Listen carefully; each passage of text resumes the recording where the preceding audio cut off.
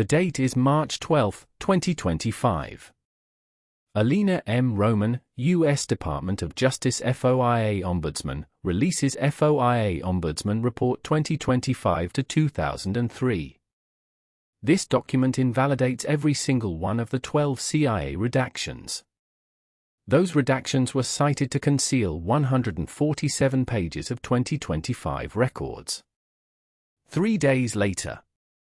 The date is March 15, 2025. WikiLeaks publishes cross-references from its GI files. Those references link the exact same 147 pages to Solori's info.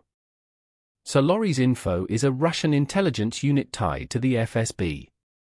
It was flagged by the Director of National Intelligence for disinformation operations. Why did the CIA bury these documents using now illegal justifications? To unpack this case, start with the 1966 Freedom of Information Act, known as FOIA. FOIA is the backbone of U.S. government transparency. It lets any citizen, journalist, or non-profit organization request declassification of federal government records. An independent FOIA ombudsman verifies the legality of redactions. They also penalize abuses. That position was created explicitly to block arbitrary redactions by U.S. intelligence agencies. Since 2022, the FOIA ombudsman post has been held by Alina M. Roman. She was appointed by the U.S. Department of Justice, or DOJ. She was granted full investigative authority over every federal agency, including the CIA. The 147 redacted pages date to January and February 2025. They were the subject of a FOIA request filed in early 2025 by a digital rights advocacy group. Public Archive EurAsiaDigest confirms the pages include a specific intelligence bulletin. It is Volume 1474, Issue 1, dated January 12, 2025. That bulletin focuses on escalating tensions between the CIA and FSB over operations in Syria. All these details are fully public. They appear in the DOJ's FOIA Ombudsman Public Registry. They also appear in the WikiLeaks GI files archive. The CIA's official narrative is unwavering. Top agency officials repeated it twice. They explicitly cited FOIA law as their authority. First, March 14, 2025. CIA spokesperson Nicole de Haay speaks to the Associated Press. Her statement appears in official CIA press release 2025-0314. CIA, we strictly adhere to FOIA law, and our redactions are always based on clear legal criteria, vetted by our legal team. Then, March 18, 2025. CIA Director William J. Burns testifies under oath before the U.S. Senate Intelligence Committee. His testimony is recorded in official Transcript S.R 119-456, page 14. These 147 pages contain sensitive details on ongoing operations. Releasing them would endanger U.S. personnel and intelligence sharing agreements with allies. The CIA consistently relies on 2 FOIA exemptions to justify its redactions. The first is Exemption 1, for national security. The second is Exemption 3, for statutorily protected information. First contradiction, impossible to ignore. CIA Director William J. Burns testifies under oath to the Senate Intelligence Committee on March 18, 2025. He claims the 147 pages hold information that would put U.S. agents and intelligence sharing agreements at risk. But FOIA Ombudsman Report 2025-2003 was released 6 days before that testimony. The report is dated March 12, 2025, page 42. It reveals a critical fact. The CIA provided no concrete evidence of any risk.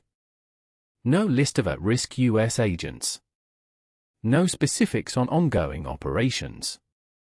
No proof that any intelligence sharing agreement was endangered.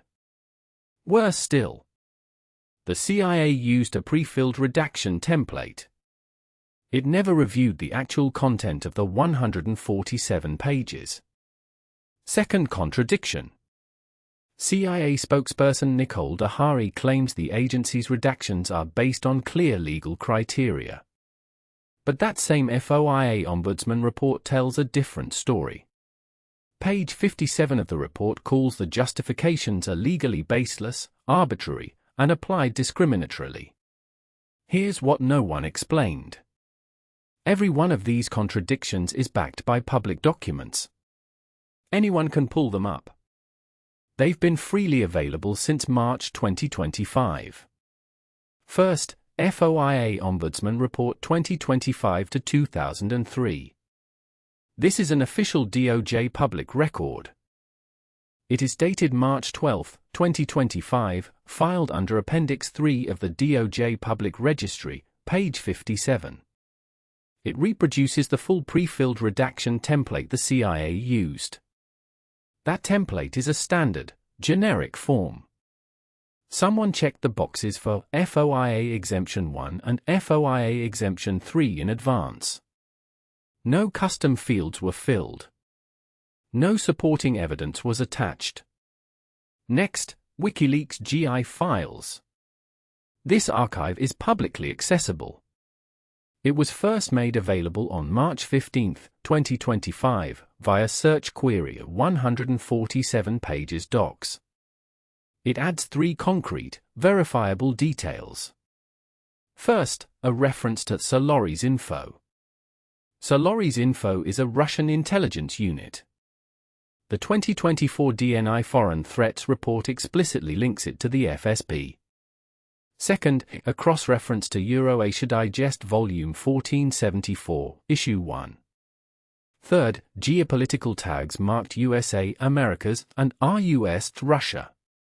That bulletin is dated January 12, 2025. The EurAsiaDigest archive is fully public. It confirms the bulletin's exact content. The bulletin deals explicitly with tensions between the CIA and FSB over operations in Syria. Finally, March 20, 2025. The Electronic Frontier Foundation, known as the EFF, files a federal lawsuit. The case number is 1:25-CV00345. It is filed in the U.S. District Court for the District of Columbia.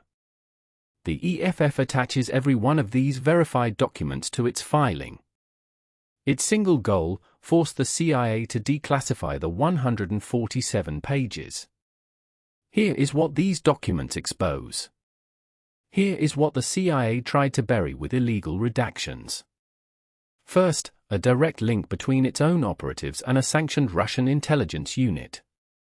Second, a series of contacts. Those contacts were never reported to Congress. Inference? The available evidence points to a clear conclusion.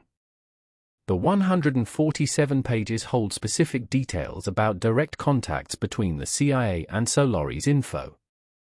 Solori's info is the same FSB unit the 2024 DNI report flagged for disinformation operations.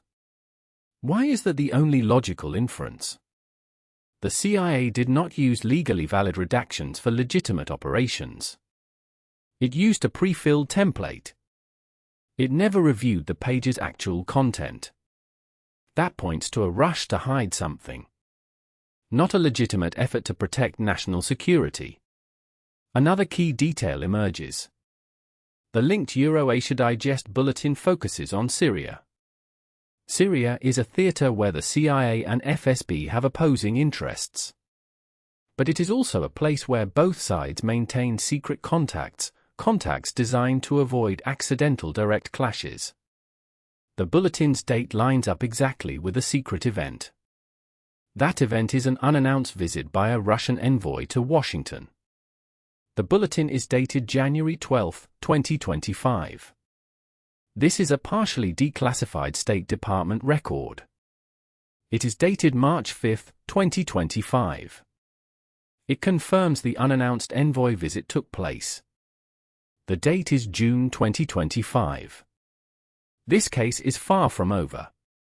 In fact, it is just heating up. The FS lawsuit in the U.S. District Court for the District of Columbia is moving steadily forward. The CIA faces a non-negotiable deadline, July 15, 2025.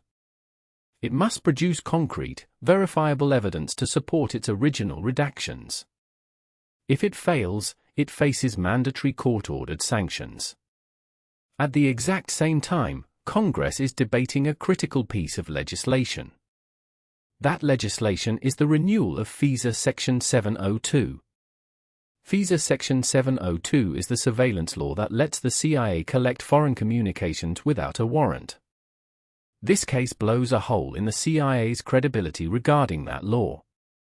If the agency used illegal redactions to hide 147 pages, can anyone trust its claims about FISA Section 702? Finally, U.S. Russia tensions in Syria and Ukraine add a volatile layer to this case. They make the CIA Solari's info link even more explosive. No one can afford to ignore it. Here is what we know for certain. The CIA used illegal redactions to hide 147 pages. Those pages are linked to an FSB Russian intelligence unit. We also know the pages tie to Syria tensions. They tie to an unannounced Russian envoy visit to Washington in January 2025. But here is what we do not know. Here is what the CIA will not say. What do those 147 pages actually contain? Are they records of legitimate, legal contacts? Or proof of unreported collusion with the FSB? Subscribe to *The Truth They Hide* so you don't miss the next episode.